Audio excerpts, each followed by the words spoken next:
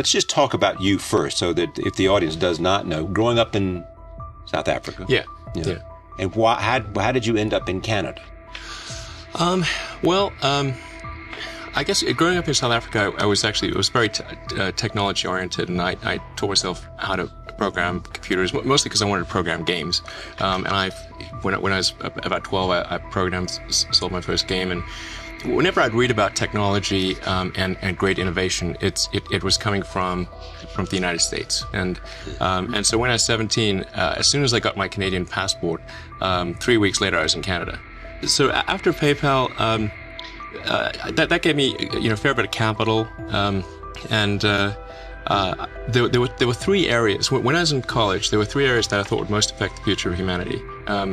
And those were the internet, the transition to a sustainable energy and transportation sector, and the third was space exploration, in particular the extension of life to multiple planets. It really wasn't from the perspective of what's the rank-ordered best way to make money, which is okay, but it was really what I think is going to most affect the future of humanity. So that's the basis for SpaceX, Tesla, and Solar City. And when I started SpaceX, initially I thought that, well, there's no way one could possibly start a rocket company. I wasn't that crazy.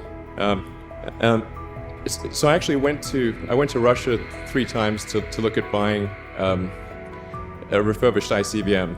So after my third trip, I said, okay, well, what we really need to do here is try to solve the space transport problem, and started SpaceX. This was against the advice of pretty much everyone I talked to. It was tough going there in the beginning because I'd never built anything physical. I mean, I'd built like little model rockets as a kid and that kind of thing, but I'd never had a company that built anything physical. And so we did all that and then failed 3 times. It was tough going. When you had that third failure in a row, did you think, I need to pack this in? Never. Why not?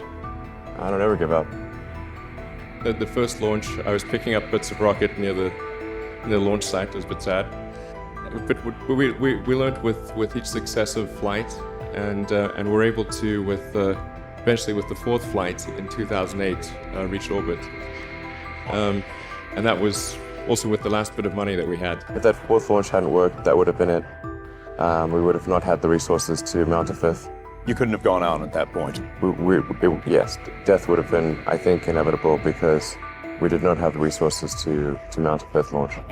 And then on the Tesla front, the goal with Tesla was really to try to show that what electric cars can do, because people had the wrong impression. We had to change people's perception of an electric vehicle, because they used to think of it as something that was slow and ugly and had low range, kind of like a golf cart.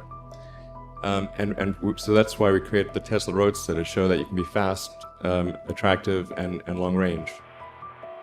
So we made the Tesla Roadster, and now we're coming out soon with the Model S, which is a 4-door sedan. Because after we made the Tesla Roadster, people said, oh, sure. We always knew you could make a car like that. It's an expensive car, and it's low volume, and it's small and all that. But you couldn't make a real car. Like, okay, fine, I'm going to make that too. A lot of people, a lot of experts, maybe journalists, all the kind of, the public in general have a lot of doubt about whether it's possible. And you yourself know that even if it's a non-null set, non-empty set of success, it's still unlikely or very difficult. Like, where do you go to, both personally, intellectually, as an engineer, as a team, for source of strength needed to sort of persevere through this and to keep going with the project, take it to completion? That's really not how I think about things.